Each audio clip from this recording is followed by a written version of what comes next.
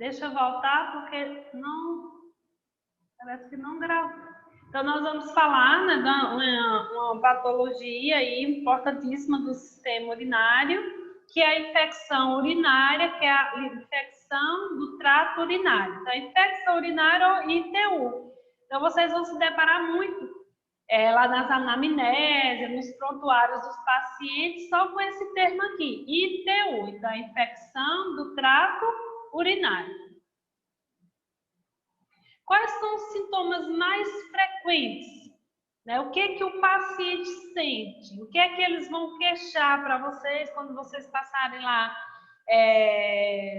eles passarem por vocês nas anamnésias, lá nos leitos? Então, tem os sintomas mais frequentes: cistite, dissúria, estrangúria e polaciúria. O que é que vem a ser cistite? A infecção da bexiga. Então, é aquela infecção onde a bactéria ela está localizada na bexiga. Por isso que ela chama cistite. Quando a gente fala tipo nefrite, aí é porque a infecção, né, nefrite não está aqui, que é a infecção que era para ficar localizada só na bexiga, ela passou para os rins. Aí chama nefrite. Nesse caso, complica mais, né, e pode causar danos bem maiores, principalmente insuficiências renais se não for tratado de imediato.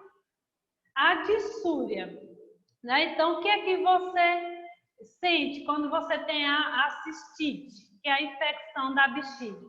Os sintomas mais frequentes é dor ao urinar e ardor. Então, a mulher, o homem, né, a criança, o idoso, o adolescente, independente, ele vai ter uma dissúria, né? Vai ter que é a dor ao urinar e o ardor.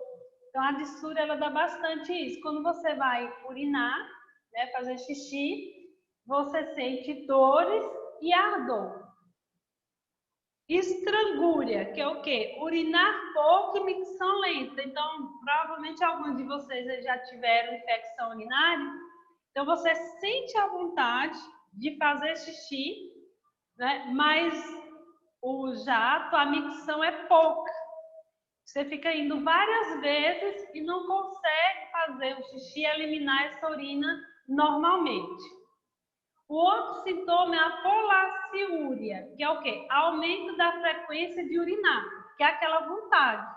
Vem a necessidade de urinar, de fazer xixi várias vezes, só que você vai lá e vai fazendo aos pouquinhos, né? Sem falar no incômodo que você vai estar tendo, né? Que é aquela dor, a dor. Por isso que quando vocês estiverem lá trabalhando, eu gosto sempre de estar dando os exemplos assim do que vocês vão se deparar.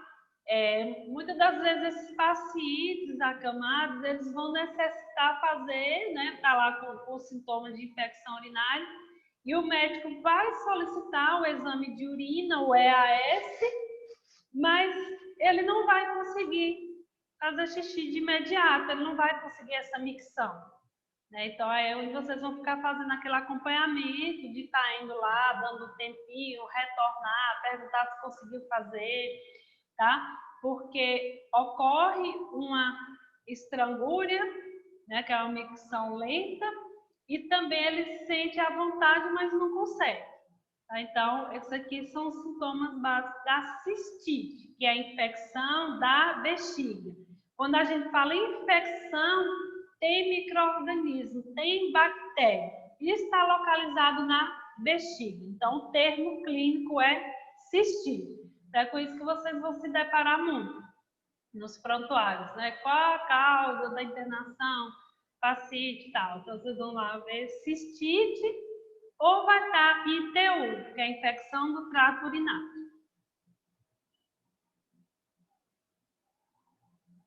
Pielonefrite, né? Então, a gente falou de cistite, né, que é um dos sintomas da infecção urinária, da ITU.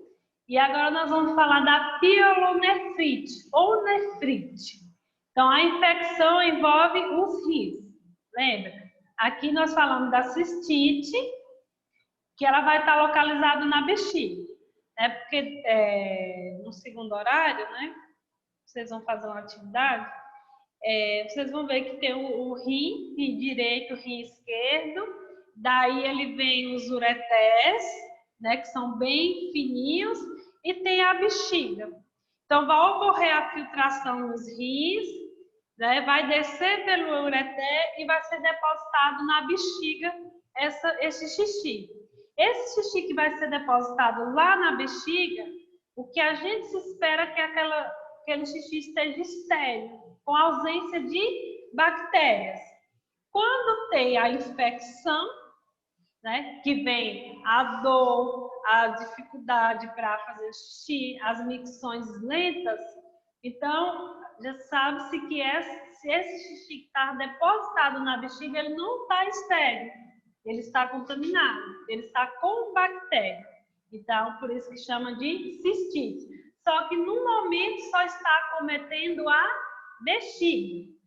Quando essa infecção que estava só acometendo a bexiga, ela não foi tratada, por isso que é de suma importância, principalmente nós mulheres, né, assim que diagnosticadas as infecções urinárias, isso na verdade no geral, depois eu vou falar um pouco porque nós mulheres, tem que ser tratado de imediato, porque o que é que ocorre? Muitas das vezes os pacientes, eles têm esse sintoma, todos esses sintomas aqui, aí toma, né, um anti-inflamatório para aliviar a dor, e aí essa dor passa de imediato, né, ou demora um pouquinho, mas aí para o paciente está tudo bem. E aí ele não procura fazer um exame de urina, uma urocultura, e aí deixa. Aí passa 1, 2 semanas ou 2, 3 dias, lá vem de novo todo esse sintoma. Então é preciso acompanhar, é preciso diagnosticar e tratar, porque os pacientes que deixam isso passar podem estar sofrendo uma pielonefrite, né? Que é a infecção, ao invés de ela ficar localizada só na bexiga, essas bactérias vão, na verdade, para os rins. Por isso que é chamado de pielonefrite ou nefrite, que a infecção envolve os rins. Rim direito, rim esquerdo, só o rim direito, só o rim esquerdo. Sistemas sistêmicos como a febre, né? Então, aqui na cistite, o paciente pode ter, vai ter dor, ardor ao urinar, pode ter febre também, mas são mais frequentes as febres quando ocorre a pielonefrite, né? Os sistemas sistêmicos chamados, sintomas sistêmicos. Então, já tem um sintoma mais característico de nefrite, que é a febre. Bacteriúria, por que bacteriúria? Úria vem de urina e bacto de bactéria. Então, bacteriúria é bactéria na urina, que ela pode ser na bexiga, cistite, essa bacteriúria, ou pielonefrite, que essa bactéria está nos rins. Então, a bacteriúria assintomática. Presença de bactérias na urina na ausência de sintomas. Então, é o caso que eu acabei de dar o exemplo. Eu, com a Patrícia, senti dores, dificuldade para urinar, fazer xixi, ardência, uma micção lenta. Só que aí eu tomei um anti-inflamatório, um analgésico, né, mais um anti-inflamatóriozinho, passou aqueles sintomas da inflamação. E aí eu achei que não era nada, né? Passou-se 2, 3 dias, 4, 5 dias, lá vem novamente os mesmos sintomas. Daí eu decido, meu paciente decide, eu no caso aqui como exemplo, fazer um EAS. Quando eu faço um EAS, que é o exame de urina, foi diagnosticado presença de bactérias na urina. mas eu estava sem sintomas, ou seja, bacteriúria assintomática, o paciente tem a bactéria, mas ele está assintomático. Isso não quer dizer que ele não está com a cistite ou com uma nefrite, ele só está assintomático. Por isso que aqueles primeiros sintomas leves que teve, dificuldade para urinar, ardência, sentir os desconfortos abdominais, eles precisam ser investigados, porque você pode estar sendo um paciente assintomático. Você pode estar com a bacteriúria assintomática. Tem a bactéria na urina, mas você só sabe depois de ter feito o exame, mas você não está com sintomas. Alguma dúvida desses dois slides? Não. Certo, vou passar para o próximo. Principais agentes da ITU, que é o que? A ITU? Infecção do trato urinário. Então, quais são os principais agentes? Quais são os principais micro-organismos? Quais são os principais agentes etiológicos? Das literaturas que vocês vão começar a utilizar de hoje em diante, para quem não fez curso de área de saúde, está sendo a primeira vez, vocês vão se deparar muito com termos clínicos.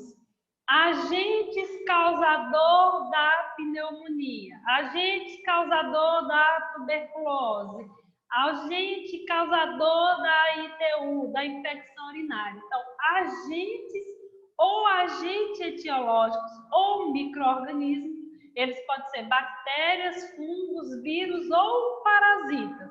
Eles são patógenos, eles causam patologias, eles causam doenças, tá? Então, os termos que vocês vão começar a praticar na fala, vão se deparar em literaturas, porque vocês vão se deparar em prontuários, né, durante o trabalho de vocês, são esses, né? Agentes etiológicos, micro-organismos, patógenos.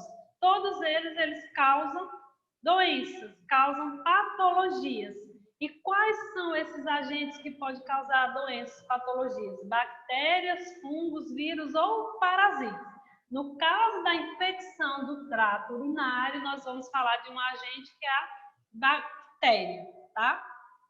Então, quais são as principais bactérias que vocês podem se deparar em pacientes que são acometidos pela infecção do trato urinário, que têm problemas renais, né, que têm comprometimento renal, que estão internados por problemas renais, são esses aqui, no caso da ITU, infecção do trato urinário. Nós temos os grãos negativos. Então, quando vocês pegarem lá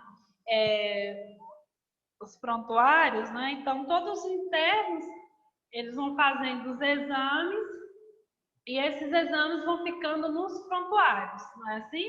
Então, durante a manhã, à noite, os plantonistas vão passando, olhando o leito, né? O prontuário de cada paciente. Cada paciente tem todos os exames que foram feitos e daí vai começar, né, as dietas de cada paciente, os medicamentos, quem vai tomar banho agora, quem não vai, se a aplicação do medicamento é endovenoso, se é oral e assim por diante. E aí lá vocês vão se deparar com muitos, no caso das ITU, com os diagnósticos laboratoriais, né, ou com lá só anotadinho, dos pacientes que estão com infecção urinária. E os principais agentes etiológicos, micro-organismos, que no caso são as bactérias que causam a ITU, são a Escherichia coli, né? Essa é a mais comum, 80, 90, já se diz praticamente 90% hoje das infecções do trato urinário, elas são causadas pela Escherichia coli, tá? Então, é uma frequência muito grande de diagnóstico hoje das infecções do trato urinário pela Escherichia coli. A Escherichia coli, assim como Proteus mirabilis, Klebsiella pneumoniae, Enterobacter, Pseudomonas aeruginosa, que essa aqui é importantíssima vocês saberem dela, já já vou falar. Elas são gram-negativas, são chamadas de Enterobacteras, né, da família das Enterobacteras. Essa Escherichia coli, ela é comum, lembra que a gente falou do sistema digestório? Ela é comum do intestino. Então, no intestino grosso, nosso, delgado, grosso, somente do grosso, a Escherichia coli, ela é um comensal, né? Ela faz parte, né? Ela não é enteropatogênica, ela faz parte. Só que lá no intestino, nossa, ela faz parte da flora. Por isso que quando a gente tem uma infecção intestinal, né, a gente de imediato sente diarreias, dores abdominais, assim sucessivamente, porque a flora é atingida. A Escherichia coli lá, ela é de boa, digamos assim, ela faz parte. Só que quando a criança, quando o adolescente, o idoso, o adulto, o homem, a mulher, quando a mãe, né, vai trocar o seu filhinho recém-nascido e ao invés de fazer a limpeza, né, que o correto é de frente para trás, faz ao contrário. O que é que pode estar trazendo? É um exemplo que eu estou dando, tá?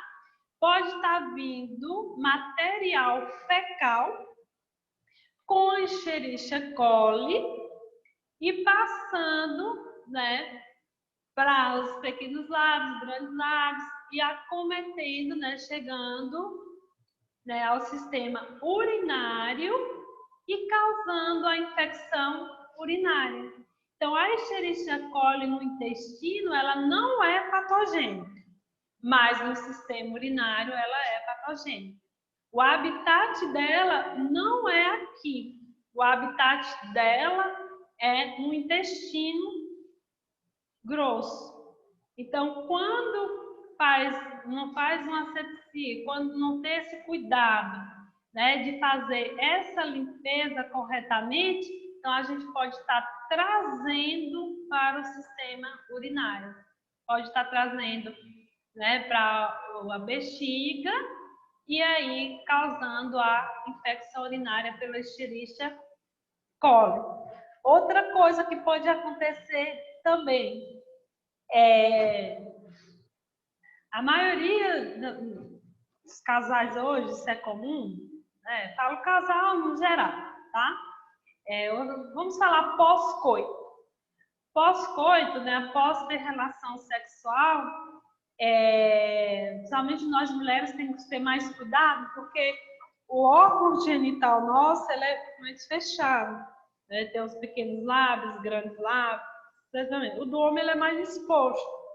Então, principalmente nós mulheres, após coito, após relação sexual, primeiro, fazer xixi, né? Sempre vem essa necessidade, né? Por causa do ato, então, acaba estimulando.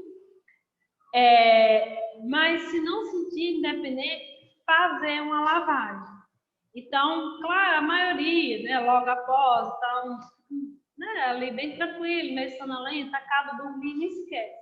O que que acontece? Se você não fizer xixi ou fazer logo, além do xixi, principalmente fazer uma higiene, se não quer tomar um banho, usar uma duchinha, essas bactérias, né, todas essas aqui, principalmente a coli e outras, elas vão ficar ali quietinhas, que pode ter vindo lá com o sêmen, né, e vai ficar ali nos pequenos, grandes lábios, e aí depois vai contaminar o trato urinário. Então, o correto após coito é fazer uma higienização, tá? Vai evitar muito infecções do trato urinário. A outra que nós temos aqui é a Proteus mirabilis. Ela também é uma enterobactéria, é uma gram-negativa, né? Ela acomete todos os sítios, né? Sistema urinário, a gente pode estar encontrando em escarro, né? A Escherichia coli a gente encontra mais no trato urinário, nas fezes, pode estar encontrando em secreções também, feridas, proteomirados também. A Klebsiella pneumoniae, né? Pacientes que têm pneumonia, a gente encontra muito no escarro. A Enterobacter sp. Por que Enterobacter sp? Porque ela pode ser uma Escherichia coli, ela pode ser uma Klebsiella, ela pode ser um Proteus, né? Não foi identificada a espécie. E a Pseudomonas aeruginosa é a que causa infecções hospitalares. Então, vocês que vão se deparar muito com pacientes dentro de UTI, o maior medo, né, dos médicos, né, dos diretores de hospitais é dessa bactéria aqui, ó, Pseudomonas aeruginosa. Por isso que todos os pacientes, vocês vão ver lá, se vocês passarem para o hospital, né, que tem UTI, antes de ir para a UTI, eles já entram com antibiótico. Por quê? Com receio, né, que esse paciente depois seja diagnosticado com pseudomonas aeruginosas e já causou uma infecção hospitalar dentro da UTI. Então, a maioria, né, na verdade, das infecções hospitalares, ela é causada por pseudomonas aeruginosas ou a Cinetobacter baumannii, que eu não coloquei aqui, que é praticamente da mesma família. Então, quando um hospital, né, diagnosticar dentro das UTIs em culturas de ponta de catéter, hemoculturas, culturas de escarros, ele já de imediato, o hospital é notificado se tiver grande quantidade. Né? O diretor do hospital, a vigilância, já fica de olho e muitas das vezes ele pode ser até interrompido, fechado esse local, porque tem que fazer uma varredura, uma eliminação total desses pseudomonas dentro do laboratório, desculpa, dentro do hospital, ou do Acinetobacter baumannii, tá? Porque se estiver tendo dentro do hospital essas duas bactérias, Pseudomonas aeruginosa e Acinetobacter baumannii, o hospital de imediato tem que eliminar, porque senão vai ter uma infecção hospitalar. Alguma dúvida? Tá ok. Não. Ok? Vamos para a próxima. Então, nós falamos dos agentes, né, da infecção do trato urinário que causa as gram negativas. Então, aqui, todas essas causam infecção do trato urinário, mas eu já estou dando uns exemplos de outras patologias, tá? De outras doenças, que foram essas que eu relatei. Gram positivos, nós temos o Enterococcus sp, então são outros agentes etiológicos, só que eles não são gram negativos. Quando vocês forem meus alunos em microbiologia, vocês vão entender o que é gram negativo e o que é bactéria gram positivo. No caso da anatomia, da patologia em si, a gente não detalha agora, tá? Então, nós temos as grams positivas, são os Enterococcus sp, que a gente encontra bastante em secreções, né? Secreções, quando eu falo de ferida, secreção de escarro, né? Orofaringe, nasofaringe. Quando hoje os ginecologistas, os obstetras, eles pedem muito das gestantes a pesquisa, né, de enterococos. Encontra-se também secreções de feridas e assim sucessivamente. Elas são bem características de secreções. O Staphylococcus aureus, além disso, causa infecção urinária. Por que Enterococcus sp? Porque não sabe qual é a espécie, só sabe que é o Enterococcus, que é gram positivo. Outro agente, né, que é bem comum, né, da infecção do trato urinário, no caso das grãs positivas, é Staphylococcus saprophyticus. Tá? A maioria das infecções urinárias são diagnosticadas hoje, né, e precisam ser tratados, a maioria é hospitalizado para tratamento, né, de imediato, é o Staphylococcus saprophyticus. Oi? Eu achei que ser gram-positivo não era tão causador assim de doença. Eu pensava que era uma coisa boa para ser positivo, igual a conta de salário positivo. Sim, né? sim. Aí vocês vão entender lá quando a gente for ter micro no semestre que vem, tá? A gente vai fazer aula prática e vocês vão entender.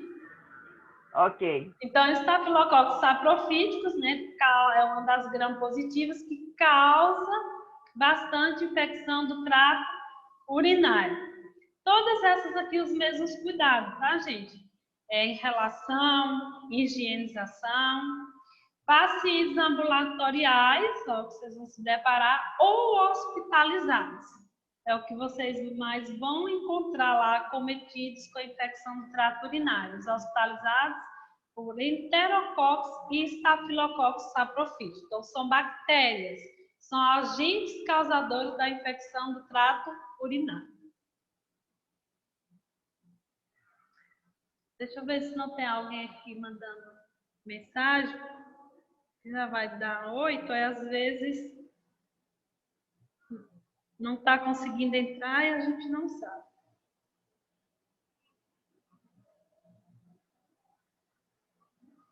Tem um aqui falando.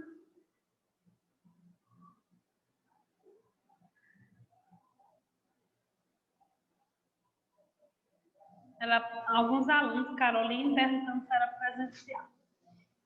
Então, a infecção do trato urinário, né, a ITU, são, na sua maioria, causadas por um agente único, né? Ou ela é causada pela Escherichia coli, ou por Staphylococcus saprophyticus, por Enterococcus, por Klebsiella, por pneumonia, por Pseudomonas aeruginosa e uma variedade. Na maioria das vezes. Mas isso não quer dizer que um paciente não pode ser acometido, né, na infecção do trato urinário por mais de uma bactéria.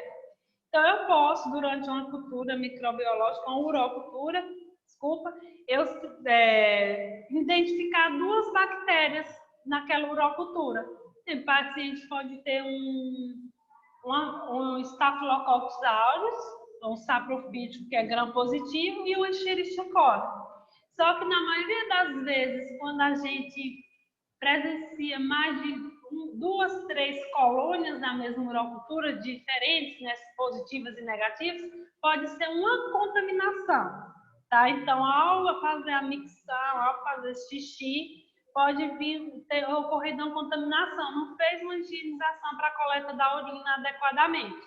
Mas aí, quando a gente está fazendo a identificação, a gente sabe diferenciar se ele é contaminação ou não. Então, a maioria das infecções do trato urinário, elas são causadas por um agente único, né? Ou seja, um agente único, ou seja, por uma só bactéria. Aproximadamente 10% da população feminina tem pelo menos um episódio de infecção do trato urinário ao longo da vida. E a cultura de urina é considerado um método laboratorial de referência para diagnóstico, que ficou junto, é para diagnóstico. Então, é o que a gente está vendo. Para a gente saber, quando vocês pegarem lá um laudo, né, um protocolo que tiver ITU, João, né, ITU, infecção do trato urinário, e lá o nome da bactéria, porque eles fizeram esse exame aqui de cultura de urina, ou urocultura. Uro vem de urina e cultura de cultura, né? Então, urocultura, cultura de urina. Então, para dizer que o paciente... É verdade que quando a infecção urinária ela é muito forte, a pessoa com essa infecção urinária pode até mesmo perder os membros inferiores? É que no caso do que a gente falou lá, lembra da nefrite? Ela pode ter infecção generalizada. Por isso, por isso que tem que ser tratado. Né? Tem pacientes, já tem um relato de uma pessoa conhecida lá na Bahia, que ela teve infecção urinária não foi tratada, teria várias vezes, recorrente, que você pode ter 2, 3, 4 vezes ou passar a vida inteira tendo. E aí, quando foi hospitalizada, foi diagnosticada e tal, e aí foi para UTI, assim, quase ela teve uma perda dos rins. Né? Então, se você tem uma perda do rim, se você se torna generalizada, pode ocorrer, né? Casos parecidos. Por isso que tem que dar sempre atenção quando tem uma infecção urinária. Né? Então, hoje a gente tem medo de doenças sexualmente transmissíveis, não é assim? Tem medo de um HIV, você tem medo de uma hepatite. Mas assim, vou fazer um exame de urina, de fezes, ninguém tem medo, não é? Você se preocupa com diabetes, com hepatite, com HIV, hoje com Covid, mas você não se preocupa se você está com infecção urinária. É por isso que é importante, né, na clínica, se um dia vocês forem onde vocês trabalhar com clínicos, com ginecologistas, vocês vão ver eles relatando sempre a importância de você estar fazendo um EAS. Então, o correto é que a gente faça pelo menos a cada 6 meses, a cada 3 meses. Eu falo 6 meses porque a maioria das pessoas faz o check-up a cada 6 meses, né? Mas, ou qualquer sintomazinho, e tem um caso da gente ser assintomático, por isso que é o correto a gente estar fazendo. Mas se tomar água com frequência, diminui um pouco? Isso, porque quando você toma água com frequência, você faz xixi mais vezes, consequentemente você vai eliminando, como se você estivesse lavando a bexiga. Então, a bactéria que está ali acumulada, que é para proliferar, ela sai no xixi.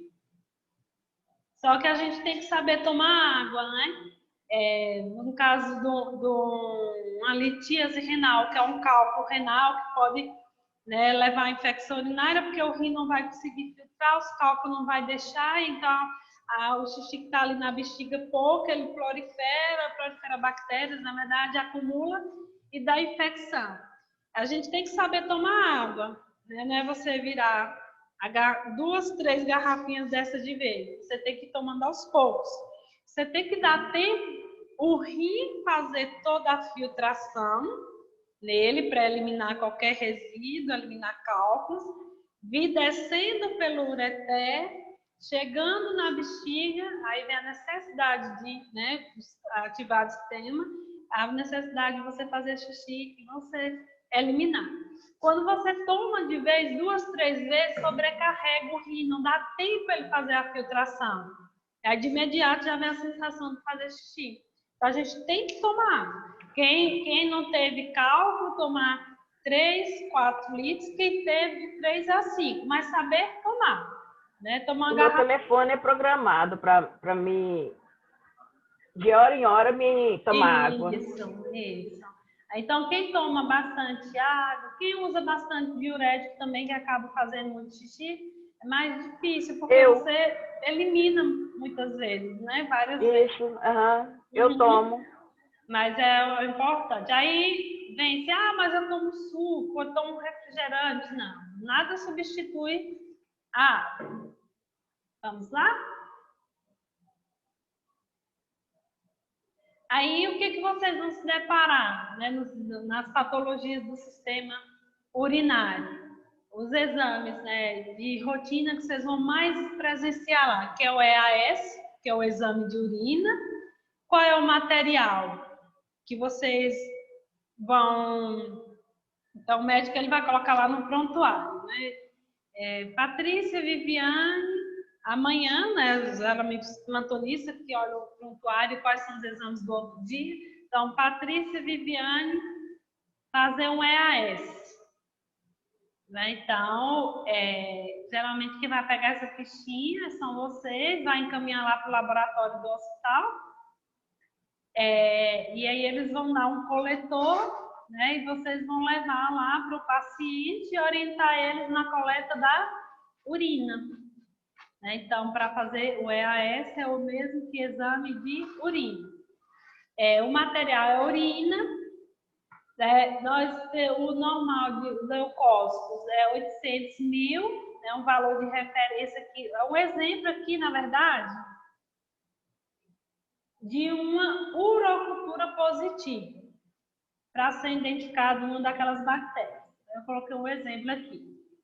Então, o material é urina, leucócitos deu 800 mil, o valor de referência é menor que 10 mil. Então, se deu 800 mil, ele está já, né, com uma leucocitúria.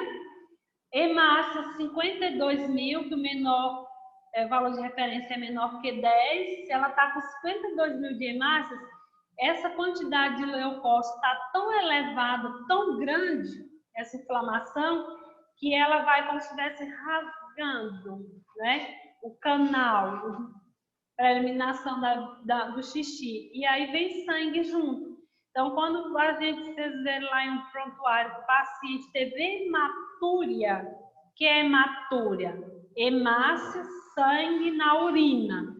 Né? Então, provavelmente, essa hematúria está vindo aqui dessa quantidade de leucócitos, dessa infecção está tão acentuada, tem tantos leucócitos, né, que ele vem rasgando, né, digamos assim.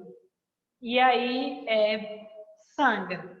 Tem uma flora bacteriana moderada, ou seja, tem bactéria, mas não está acentuada, está moderada. E campo com acentuada piúria e moderada hematúria. Se tem grande quantidade de leucócitos, também vai ter grande quantidade de piúria, tá? Que é a mesma família, digamos assim. E a moderada hematúria. Por quê? Porque ele está com 52 mil de hemácias, né? Que é como se fosse um exame, para vocês entenderem, é um laudo. Então, se está com 52 milhões de hemácias, esse paciente está com infecção do trato urinário que precisa ser tratado, tá? E provavelmente é por uma daquelas bactérias que a gente viu no slide anterior. Aí, urocultura com antibiograma, né? Que é uro, vem de urina, e cultura. Então, urocultura, cultura da urina. O material é urina, né? A bactéria isolada, eu dei um exemplo aqui de Escherichia coli, porque aqui vocês não estão vendo o nome da bactéria, certo? Porque é um exame de urina. Então, saiu leucócito, quantidade de leucócito, de hemácias, e fala que tem moderada bactéria. Mas para eu saber que bactéria é essa, o médico vai precisar saber para medicar corretamente. Por que medicar corretamente? Porque o que a gente mais vê hoje? Nos programas de saúde da família, nas UPAs, o paciente chega morrendo de dor, qual o medicamento? Dipirona e amoxicilina, não é assim? Então, a amoxicilina é o antibiótico mais usado hoje porque é o que o governo libera. Então, o que a gente está vendo muito hoje nos ambientes laboratoriais, nos diagnósticos nas uroculturas? Pacientes com resistência à amoxicilina. Então, de tanto você tomar, você vai criando resistência. E se cria resistência, não vai servir. Então, naquele momento, pode aliviar a dor e achar que matou a bactéria. Mas aí daqui a um mês você volta a ter de novo. Então, você tem que utilizar um antibiótico que ele é sensível.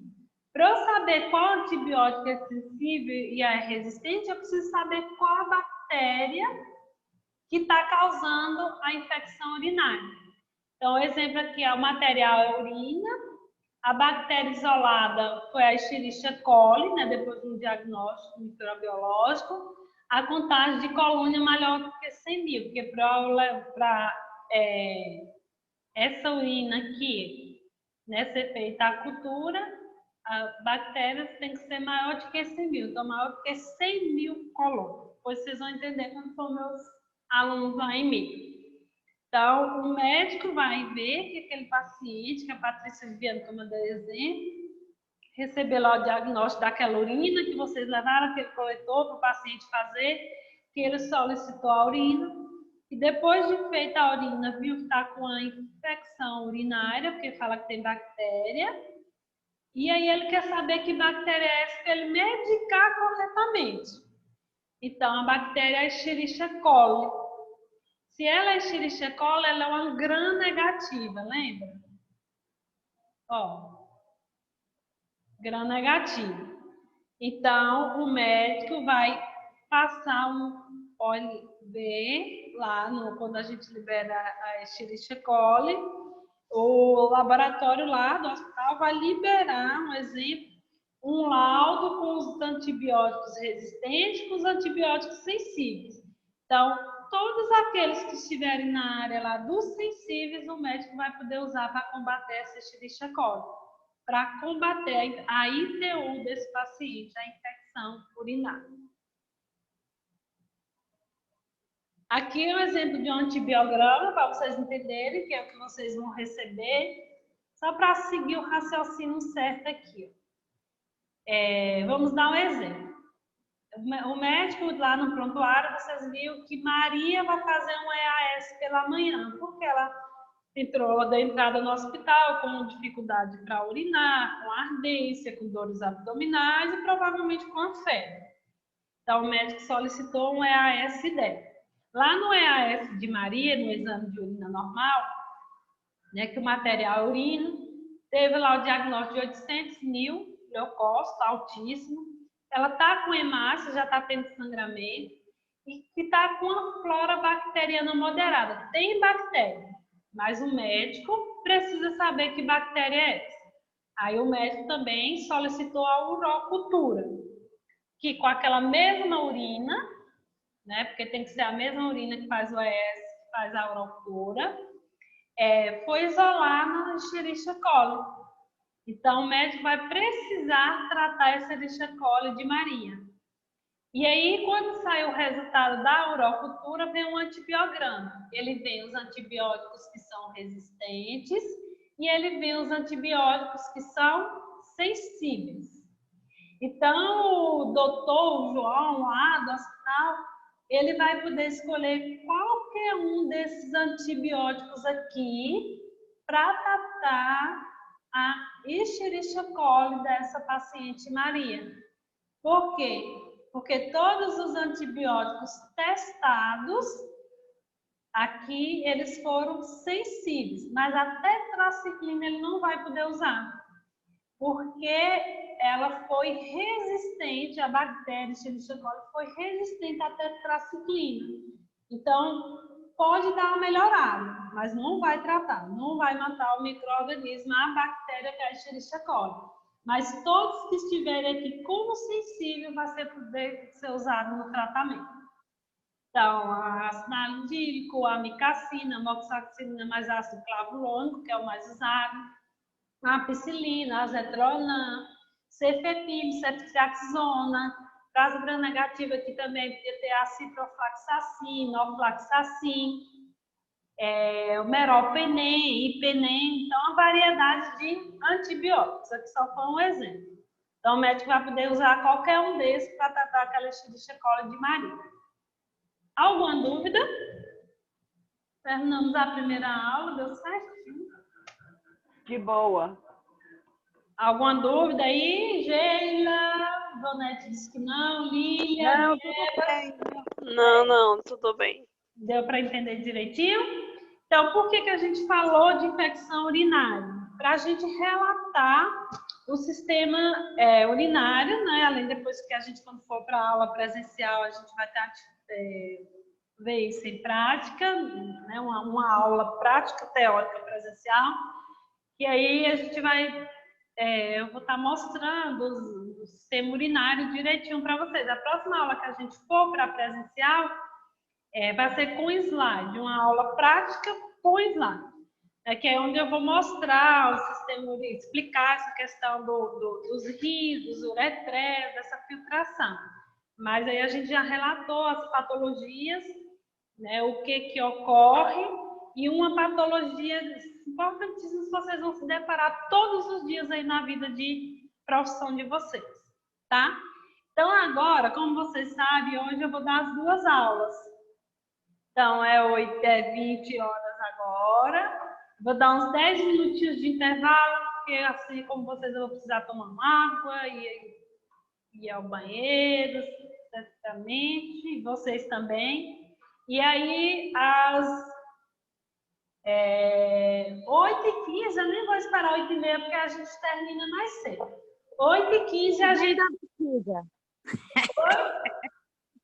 O desenho da bexiga. Não, mas dos rins, sim. Ok. Aí eu vou dar um tempinho para a gente tomar água, vai daqui 15 minutos. Aí eu vou ver com o Vitor, que eu não sei se vocês vão ter que entrar lá no horário das 20 ou a gente pode seguir. Eu vou perguntar. Ô, professor, Oi. deixa eu tirar uma dúvida. Você falou que sexta-feira estudou sistema respiratório. Não, Mas eu falei só da patologia do sistema circulatório, que eu falei da doença de Chagas. Ah, então sexta-feira só falou de doença de Chagas? Isso. Tá. Tá bom? Mas eu vou E mandar aí um slide. eu vou pesquisar e vou fazer um resumo. Isso, faz sobre doença de Chagas. Por que eu falei doença de Chagas? Porque a gente falou do sistema circulatório, fizemos o desenho do coração e é o órgão mais importante do sistema circulatório. E a doença de Chagas, o principal órgão que ela acomete é o coração. E aqui não tem muito, vocês vão se deparar muito. Tá bom. Tá bom? É do sistema respiratório, mas a respeito de Chagas. Circulatório. Circulatório, tá Isso, bom. aí eu falei doença, você procura doença de Chagas. Tá bom. Tá? Obrigada, professor. Por nada. Aí eu vou dar um tempinho, volto às 20h15. Aí eu vou ver com o Vitor. Acho que a gente pode continuar. Acho que vocês não vão precisar entrar na outra aula, não. Vou ver aqui com ele e aviso, tá bom? Ok. Tá. Até daqui a pouco.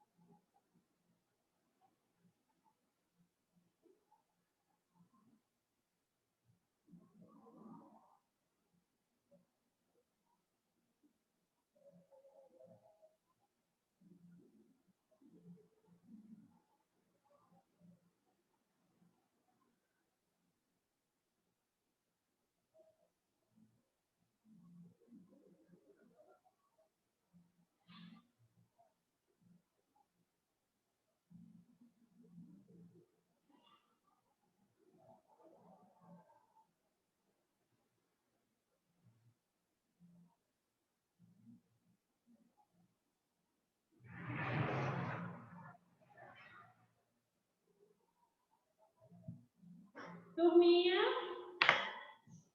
eu vou fechar essa aula, vocês vão entrar no horário das 20, tá? Certo?